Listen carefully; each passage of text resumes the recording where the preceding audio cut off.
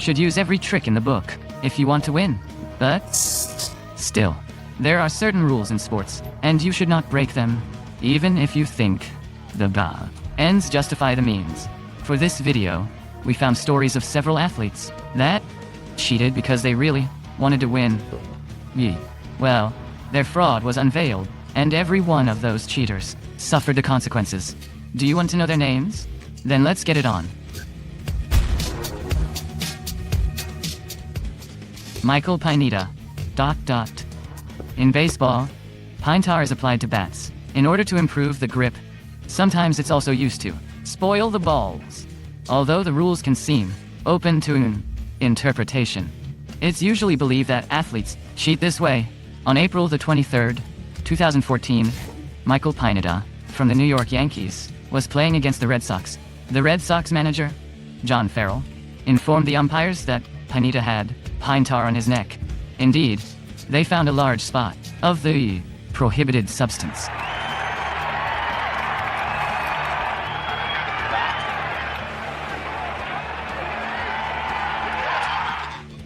Pineda was disqualified for 10 games because of this, and because he'd been almost caught before. But that time he'd had time to remove the substance, and this is not the only case. In 1988, Jay Howell was suspended for the same reasons. He had pine tar on his glove. Although he was suspended only for 2 days. Back in 1983, George Brett was caught using pine tar too. The incident is also known as the Pine Tar Game, and is considered to be one of the most controversial games in baseball history.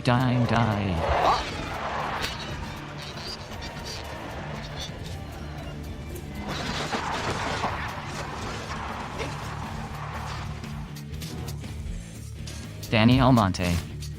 Danny Almonte, a Little League basketball player from the Dominican Republic, became a sensation in 21.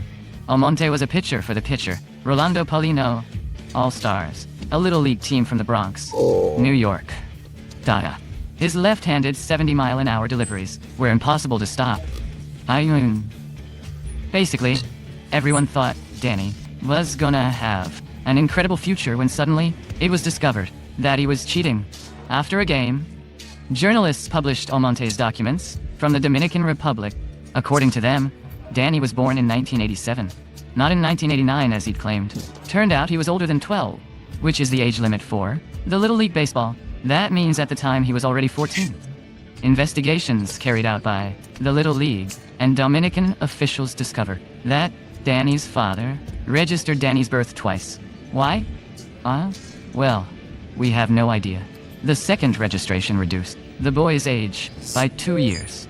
As a result, Little League Baseball declared Danny Almonte ineligible, and his team records were removed from the books, and the cheating father was banned for life from any Little League baseball-related activity. Sylvester Carmouche. Sylvester Carmouche was a jockey in the 90s. His most memorable race took place on a foggy day when viewers could barely see the track. After the start of the race, Carmouche didn't rush his horse forward like other jockeys. Instead, he retreated a little while and waited for the other racers to approach him from the back. When the cunning jockey heard the thud of the hooves, he took to running and then crossed the finish line with flying colors. Obviously, everyone thought he'd won. The other racers were really upset. They didn't even see Carmouche ride past them. The finishing footage didn't look particularly suspicious, but the judges felt something was off. They decided to examine the horse and found it had no mud on it or other signs that it had actually raced. Besides, it wasn't breathing heavily, even though it should have been after such an incredible race. At the end, Sylvester Carmouche couldn't deceive the Louisiana Racing Commission and was suspended for 10 years. Fred Laws. American athlete Fred Laws took part in the marathon at the Olympics, but after running for 14.5 kilometers, he fell out of the race. He probably couldn't bear it anymore. His manager picked him up in his car and drove him for 17.7 kilometers more. Then Laws went running to the stadium, where he broke the finishing line tape and was greeted as the winner. Rumor has it, even President Roosevelt's daughter, Alice, awarded Fred Laws with a gold medal and took a picture with the champion. when the rest of the runners made it to the finishing line. The deception was uncovered. Nevertheless, Laws claimed it was just a joke. The Amateur Athletic Union disqualified him for life for such a funny joke, even though later they forgave him and restored him after Laws said he was sorry. Turned out he didn't actually mean to deceive anyone. It was just a coincidence. In 1905, he won the Boston Marathon and took part in many similar events without breaking any rules. Pete Rose, American baseball player Pete Rose, is indeed a great athlete. During his 24-year-long professional baseball career, he received numerous awards for his victories and achievements. He almost had a guaranteed place in the Hall of Fame, thanks to his skills and talent. But suddenly, in 1989, Pete was accused of gambling on baseball, particularly on teams he was the manager of. What's wrong with that, though, you might ask? Well, actually gambling is prohibited in baseball, since the manager can affect the result of the game. Rose denied everything, though, but he was proved guilty. As a result, the famous Pete Rose couldn't play professionally ever again and didn't get into the Hall of Fame.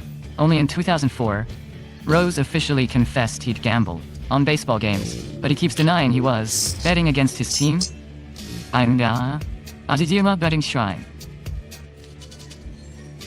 After winning another title in the American League, the White Sox were supposed to play against the Cincinnati Reds in the finals, and it was considered the odds-on favorite team. Before the beginning of the series, bets on a victory by Cincinnati had risen sharply, and there was a lot of money at stake. There were rumors about the main game being arranged, and in the end, the Chicago White Sox lost. In September 1920, an investigation showed that 8 Chicago players were involved in a conspiracy to lose the World Series. The initiator was Arnold Gandil, who had connections with the criminal world. He convinced his friend, a professional gambler, that he'd be able to pull off the scam. A famous gangster, Arnold Rothstein, provided the money for the deal. This could have been a real crime sports scandal, but right before the trial, the testimonies of the players and other key evidence mysteriously disappeared. You know, typical Chicago business in the 1920s. As a result, the baseball players were cleared by the court, but were severely punished by the league, receiving a permanent disqualification. The New England Patriots. The Patriots team has been in the middle of a scandal more than once. In 2015, an investigation revealed that the Patriots used deflated balls. Sounds funny and a little absurd, doesn't it?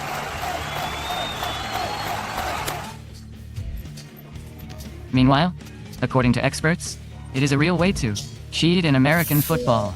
During the first half of New Zealand, the AFC Championship, quarterback Tom Brady threw a ball to the Colts linebacker, Dequell Jackson. Then, Jackson handed the ball to his manager as a souvenir, and then the manager realized the ball was a little too soft.